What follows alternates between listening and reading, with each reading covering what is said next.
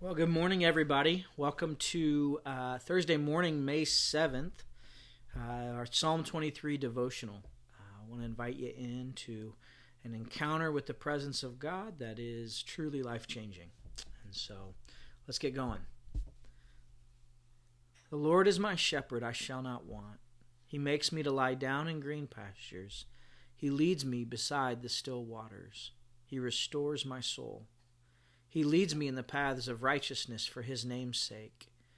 Yea, though I walk through the valley of the shadow of death, I will fear no evil, for you are with me. Your rod and your staff, they comfort me. You prepare a table before me in the presence of my enemies. You anoint my head with oil. My cup runs over. Surely goodness and mercy shall follow me all the days of my life, and I will dwell in the house of the Lord forever. Well, this morning I wanted to sit in the last part. We're looking at verse 4, and specifically we've walked through, yea, though I walk through the valley of the shadow of death, I will fear no evil, for you are with me. And we talked about this transition of relationship and this transition into intimacy. But this morning I want to focus on a phrase here that's fascinating. Your rod and your staff, they comfort me. Now, when you look at these two, this idea of your rod and your staff, these are two bits of the same coin. These are two sides of the same coin. They're two edges to the same sword. Rod and staff. Historically, the rod was the place, or it was the thing. It was a club that you used, and the shepherd would use it for protection. And so, in Samuel, David talks about that when the lion came, he would use the rod to beat off the lion and get the sheep back.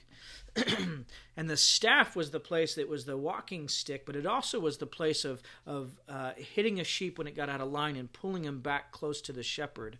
And so both of these we can agree upon are indicative of David saying, your rod and your staff, your authority, your authority over me, your authority as my shepherd.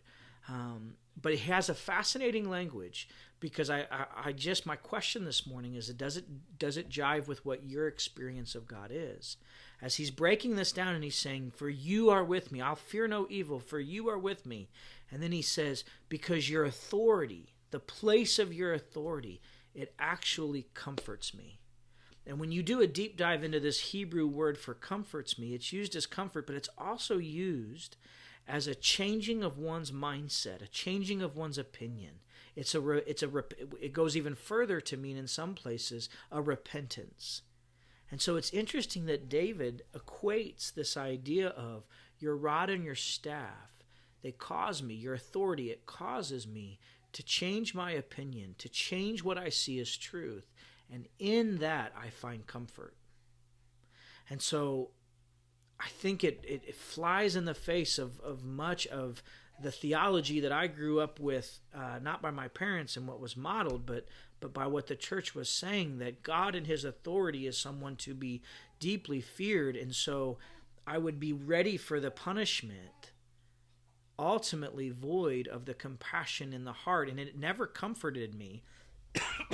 It actually drove me into a place of performance and fear.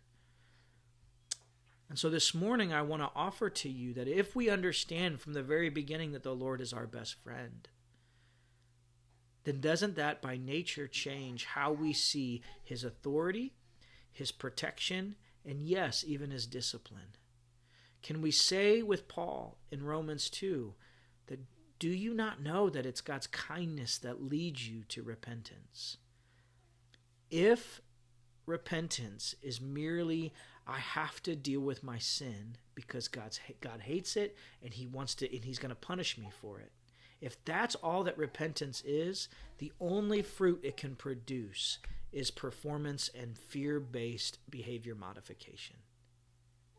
But if repentance is paired with intimacy, what we find is that as we enter into the leadership and the authority of Yahweh himself, of Jesus Christ, what we discover is that he's leading me in the paths of righteousness for his name's sake. And that even when I'm walking through the valley of the shadow of death, I have no fear. Why? Because I look to my right, and guess who has made his home? He's no longer in front of me, and he's not behind me. He's walking right next to me. And what I find is that every time he disciplines me, he raises my understanding of who he is, and he lifts off the veil of who I am. And out of that place I go, oh, you were that good all along. I'm so sorry I believed the lie about you. I'm so sorry that I've been partnering with the lie about my own heart. And so this morning, 2 questions. 1, how are you doing? Allowing the authority of the Father to produce comfort in you. And if you're going, great, I'm doing awesome at that, I bless you. But the second question then is, how in turn do people respond to your authority? Do they want to run and hide? Or do they say, oh, your authority in my life comforts me. It makes me realize who I am at a deeper place. I believe David was onto something here as he says, your rod and your staff, they comfort me. Blessings to you. Have a great day. Know that we're praying for you.